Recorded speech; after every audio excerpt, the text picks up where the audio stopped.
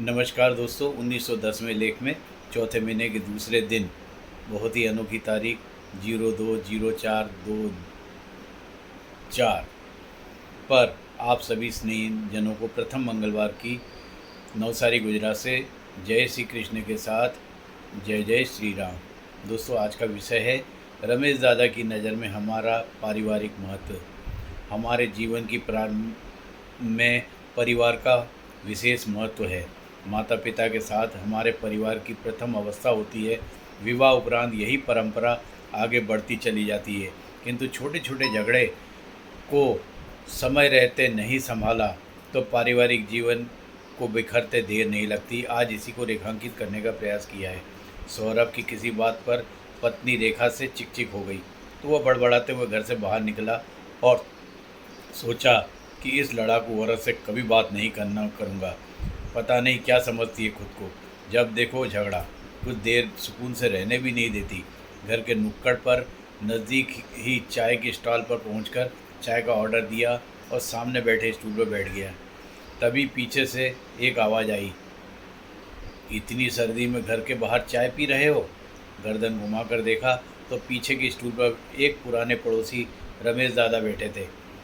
आज भी तो आप भी तो इतनी सर्दी में होने पर भी इस उम्र में बाहर बैठे हो रमेश दादा, व्यंग्यात्मक रूप से सौरभ बोला। रमेश दादा ने मुस्कुराकर कहा, बेटा मैं ठहरा अकेला, ना कोई गृहस्थी ना कोई साथी, लेकिन तुम तो शादीशुदा हो बेटा। सौरभ को चिढ़ते हुए बोला, रेखा घर में जीने नहीं देती रमेश दादा, इस पर हमेशा चिक चिक करती रहती है, अतः यहाँ ना आऊँ तो और कहाँ जाऊँ? उसने तो मेरा जीवन नर्क बना दिया रखा है। क्रोध से भरे सौरभ ने रमेश दादा को अपनी वास्तविक स्थिति समझाई। रमेश दादा गंभीर होते हुए बोले, बेटा जिंदगी पत्नी से ही होती है। 8 वर्ष हो गए मेरी पत्नी को गए हुए,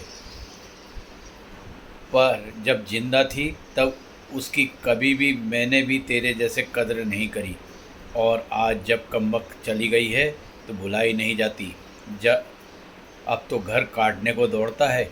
आलीशान घर, धन दौलत, 2 बेटे 1 बेटी, विदेश में सब सेटल, पर पत्नी के बिना कुछ अच्छा नहीं लगता, चाहे यहाँ रहूँ या विदेश में संतानों के पास। बेटा संक्षेप में कहूँ तो वही घर अब काटने को दौड़ता है जिसे हम दोनों ने बहुत ही प्यार और जतन से बनाया था। इसलिए बेटा अब तो कभी कभी यहाँ तो कभी विदेशों में इधर उधर भटकता रहता हूँ। पत्नी के जाने के बाद पता चला कि वास्तविक रूप से मेरे जीवन की धड़कन थी। उसके जाने से मेरे जीवन के साथ साथ मेरे घर की भी रौनक चली गई। लेकिन तुम तो समझदार हो, जवान हो बेटा, घर जाओ और अपनी ज़िंदगी के साथ खुशी खुशी जी लो, वरना बिछड़ने के बाद पछताओगे मेरे जैसे। बुजुर्ग की आंखों में दर्द और आंसू देख सौरभ ने चाय वाले को पैसे दिए और लौटते समय एक नज़र रमेश दादा को देखा, फिर 1 मिनट गंवाए बिना घर की ओर दौड़ लगा दी।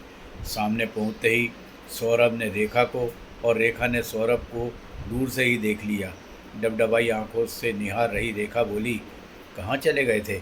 जैकेट भी नहीं पहना था, ठंड लग जाती तो। उत्तर में सौरभ ने कहा, तुम भी तो बिना स्वेटर के दरवाजे पर खड़ी हो। दोनों की आंखों ने एक दूसरे के लिए प्यार को पढ़ लिया था। मंगलवार की शुभकामना के साथ सभी स्नेही को त्यौहार का कहना है, कई बार हम लोग भी अपने जीवन में इसी तरीके से गलतियां कर बैठते हैं।